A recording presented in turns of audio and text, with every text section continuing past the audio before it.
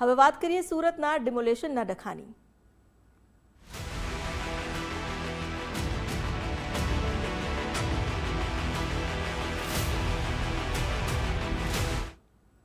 સુરતમાં જનાસર નગરમાં નકલી ડિમોલેશન કરવામાં આવ્યું। તપાસ માટે કમિશનરે 6 સભ્યોની કમિટીની રચના કરી।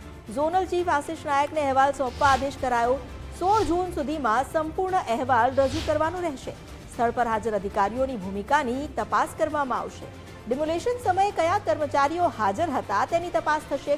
તપાસ કમિટી દ્વારા તથ્યલક્ષી નિષ્પક્ષ તપાસ કરવામાં આવશે તેવી બાંહેધરી આપવામાં આવી છે।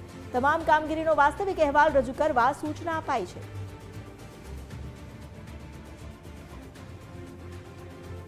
નાસીનગરમાં થયેલા ડિમોલેશનના આ ડખામાં આખરે કોની ભૂમિકા શંકાસ્પદ છે અને એ સમયે કયા અધિકારીઓ હાજર હતા તેમની ભૂમિકાને લઈને પણ તપાસ કરવામાં આવશે। 16 જૂન સુધીમાં સંપૂર્ણ અહેવાલ રજૂ કરવા આદેશ આપવામાં આવ્યા છે।